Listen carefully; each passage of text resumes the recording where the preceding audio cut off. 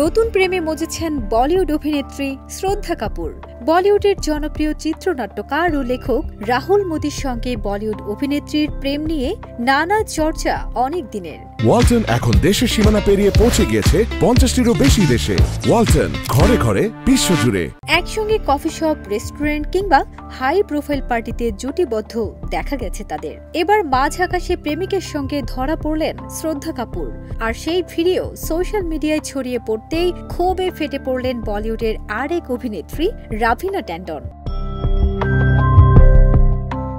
সম্প্রতি ভাইরাল হওয়া এই ভিডিওতে দেখা যায় বিমানের সিটে প্রেমিক রাহুল মোদির সঙ্গে গোপন কথোপকথনে ব্যস্ত ছিলেন শ্রদ্ধা কাপুর। হাসি মুখে মোবাইলের স্ক্রিন দেখিয়ে কিছু নিয়ে আলোচনা করছিলেন তারা। অভিযোগ উঠেছে, বিমানের এক বিমান সেবিকা এই মুহূর্ত ক্যামেরাবন্দি করে তা ছড়িয়ে দেন সোশ্যাল মিডিয়ায়। এ নিয়ে কড়া প্রতিক্রিয়া জানিয়েছেন রাভিনা ট্যান্ডন।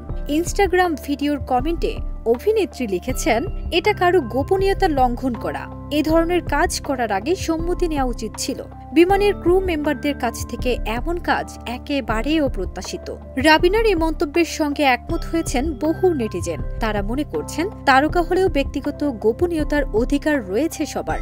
এভাবে অনুমতি ছাড়া ব্যক্তিগত মুহূর্ত ছড়ানো একদম উচিত নয়। সোনু কে টিটু কি সুইটি, প্যার কা পাঞ্জামা এবং তু ঝুটি মে মক্করের মতো সিনেমায় কাজ করেছেন রাহুল মোদি। তিনি পেশায় একজন লেখক। ফারজানা নিকিতা, দেশ রূপান্তর।